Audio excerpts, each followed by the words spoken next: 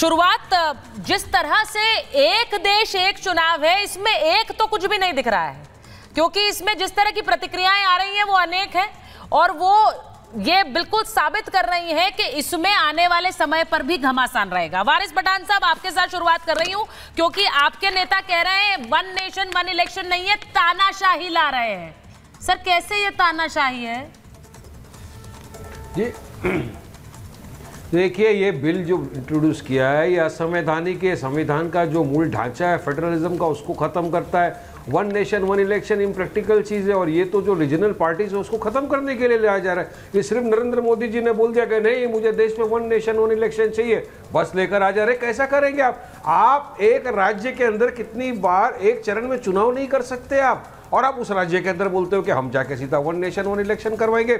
आज की तारीख में सुचरिता आपको देखना होगा कि भारत इतना विशाल देश है, इतने सारे यहाँ पे राज्य। अब कुछ राज्यों का इलेक्शन आने वाला है 3 साल के बाद। 3 साल के बाद जब इलेक्शन आएगा उसके बाद तो सिर्फ उनके बाद 1 या 2 साल का टर्म बचेगा, उसका आप क्या करेंगे? कितने राज्यों में हमने देखा, देश ने देखा कि बाज़ मरतबा सरकारें गिर जाती है, सरकार का तख्ता पलट हो जाता है, तब आप क्या करेंगे? कितनी बार उपचुनाव आते हैं, उसका आप क्या करेंगे? तो ये सरासर असंवैधानिक चीज देश में करने की कोशिश की जा रही है। और मुझे पता ये पैसा बचाएंगे, अरे कहाँ बचाएंगे, किस तरह बचाएंगे, जरा ये तो बचाओ, ये तो बताओ। सेक्युलरिज्म है हमारे देश के अंदर, एक इंसान को अधिकार है कि अगर ये सरकार ने 5 साल काम नहीं किया, मुझे बीच में लगता है कि नहीं दूसरी जगह वोट नहीं देना, नहीं देंगे वोट लोग उनको। मगर यहाँ तो ऐसा है कि नहीं 5 साल तक सबको बर्दाश्त करना ही है। नहीं, ऐसा नहीं है सर, बड़े साहब, ऐसा नहीं है, उसके प्रावधान है, उसके प्रावधान है। ऐसा ही है, हंग असेंबली है, अगर नो कॉन्फिडेंस मोशन है तो सरकार तो चुनाव फिर से कराने का प्रावधान है। सर, मैं वही तो कह रही हूँ, हर चीज का प्रावधान है, उसे पढ़ना पड़ेगा और समझना पड़ेगा। ऐसा नहीं है कि भाई झेलना ही पड़ेगा। अगर कोई नहीं चाह रहा है, नो कॉन्फिडेंस मोशन है, नहीं चाह रहा है, तो सरकार क्यों ढोएंगे? अरे नोटबंदी के टाइम भी बहुत सारे प्रावधान आ गए थे, काला धन खत्म हो जाएगा, आतंकवाद खत्म हो जाएगा। क्या हुआ सारे प्रावधानों का? सब टाइट टाइट फिश बना देते। ये लोग पहला गोली चला देते, उसके बाद निशाना लगाते। पहले निशाना लगाना चाहिए, फिर गोली चलाना चाहिए। हर चीज में तानाशाही वाला राग है, सवाल चीज में तानाशाही वाला राग है। एक व्यक्ति, एक मंशा, तानाशाही, ये क्यों है मुझे समझ नहीं आता है। आप ऑब्जेक्शन उठाइए, वो तो वैलिड है, उन पर राधिका जी जवाब देंगी। तानाशाही तो चल रही है देश में, तानाशाही के सिवा क्या चल रहा है? तानाशाही है राधिका जी। एक व्यक्ति ने तय कर लिया तो वन नेशन वन इलेक्शन आ रहा है, एक व्यक्ति ने तय कर लिया तो वन नेशन वन इलेक्शन आ रहा है, ऐसा वारिस पठान साहब कह रहे हैं। मैं एक बार जरा वापस आ रही हूँ, राधिका जी के पास वापस जा रही हूँ, उनका फ्रेम चला गया है। मैं अजीज खान साहब एक बार आपके पास आती हूँ, जरा आपत्तियों पे पहले बात कर लेते हैं, क्योंकि एक नेता आपके कहते हैं ये वन नेशन वन इलेक्शन नहीं, वन नेशन वन रिलीजन है। एक नेता कहते हैं ये संविधान के खिलाफ है, और आपके जो सर्वोच्च नेता है अखिलेश जी, वो कह रहे हैं एक शब्द ही अलोकतांत्रिक है। अब एक होना भी गलत हो गया। हाँ नहीं, देखिए यूनिटी में तो डाइवर्सिटी है, इसमें कोई दो राय नहीं, यूनिटी होना भी चाहिए। देखिए वन नेशन वन मैन है। एक बात आप कैसे, अभी तमाम मेरे साथी कह रहे थे कि वन नेशन वन इलेक्शन जो है वो क्षेत्रीय पार्टियों को खत्म कर। एक बात आपको बता दें सुचरिता जी, कि हर शख्स जो लोकतंत्र में विश्वास रखता है, लोकतांत्रिक प्रक्रिया में विश्वास रखता, वो चाहता है चुनाव बार बार, जनता चाहती है।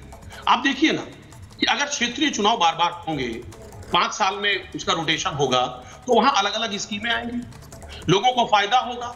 लोग चाहते हैं कि जैसे अभी आप देखिए महाराष्ट्र में चुनाव हुआ, वहां किस तरीके से लॉलीपॉप दिया गया, झारखंड में चुनाव हुआ, आपने देखा इसी तरह हरियाणा में चुनाव हुआ। तो सरकारें जब रोटेट होती हैं तो जनता का फायदा होता है। एक बात, पहली बात। इसके कुछ नेगेटिव और पॉजिटिव पहलू पे भी हम जाएंगे, बड़ा इंपॉर्टेंट डिस्कशन। अब आखिर वन नेशन वन इलेक्शन का जो अभिप्राय है वो क्या है? सिर्फ लोकसभा और विधानसभा, यही 2 चुनाव है भाई। अगर आप वन नेशन वन इलेक्शन की बात कर रहे हैं तो अगर नगर निगम को क्यों नहीं ले रहे हैं, निकाय चुनाव को क्यों नहीं रहे हैं, पंचायत चुनाव को क्यों नहीं रहे, प्रधान से प्रधानमंत्री का चुनाव, ये सारा वन एक साथ क्यों नहीं कराने की कोशिश कर रहे हैं? अगर वाकई में आपकी ये चिंता है कि पैसा लग रहा है और बहुत लगेगा, खर्चा बचा रहे हैं, तो आखिर ऐसा क्यों नहीं? पहली बात। दूसरी बात मैं आपको बताना चाहता हूं कि पूरे जो इलेक्शन प्रक्रिया में वो 4,500 करोड़ रुपए का खर्च होता है। खर्च मेन क्या है? खर्च है जो प्रत्याशी जो खर्च करता है उसकी जो सीमा बढ़ा दी गई। आज आप देखिए 95 लाख जो है वो लोकसभा और उसके बाद 40 लाख जो है वो विधानसभा का, अगर वो कम कर दिया जाए, उस पर प्रतिबंध लगाया जाए, लिमिट लगाया जाए, उसकी चेकिंग हो। लोग पैसा बांटते हैं, लोग पैसा उड़ाते हैं, तमाम तरीके की चीजों को बांटते हैं। अगर वो प्रतिबंध हो तो मुझे लग रहा है पैसे की खपत कम होगी, एक बात। दूसरी बात मैं जानना चाह रहा हूं, वो नहीं होगा वो साथ चुनाव कराने से, और वो भी चुनाव 3-3 महीने में। आप समझिए खाली लोकसभा का चुनाव था, उस लोकसभा का चुनाव 3 महीने में 7 चरणों में। आप एक लोकसभा का चुनाव 3 महीने में करा रहे हैं, सारे चुनाव कितने दिनों में कराएंगे?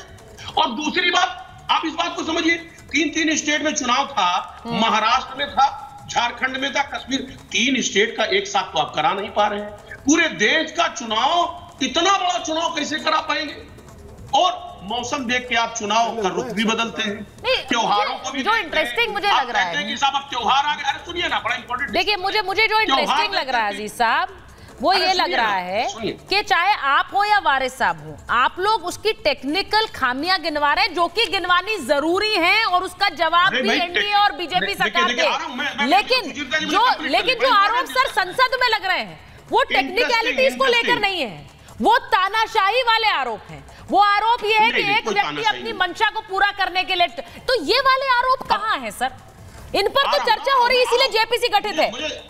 मुझे 10 सेकंड देंगे? बोलिए 10 सेकंड आपको दिए, कंप्लीट कर लीजिए। फिर देखिए सुचित्रा जी, क्या 1 नेशन 1 इलेक्शन से महंगाई खत्म हो जाएगी, बेरोजगारी खत्म हो जाएगी, सारी समस्याएं खत्म हो जाएगी? हाँ, वाकई में 1 नेशन 1 हेल्थ पॉलिसी होनी चाहिए, बिल्कुल होनी चाहिए।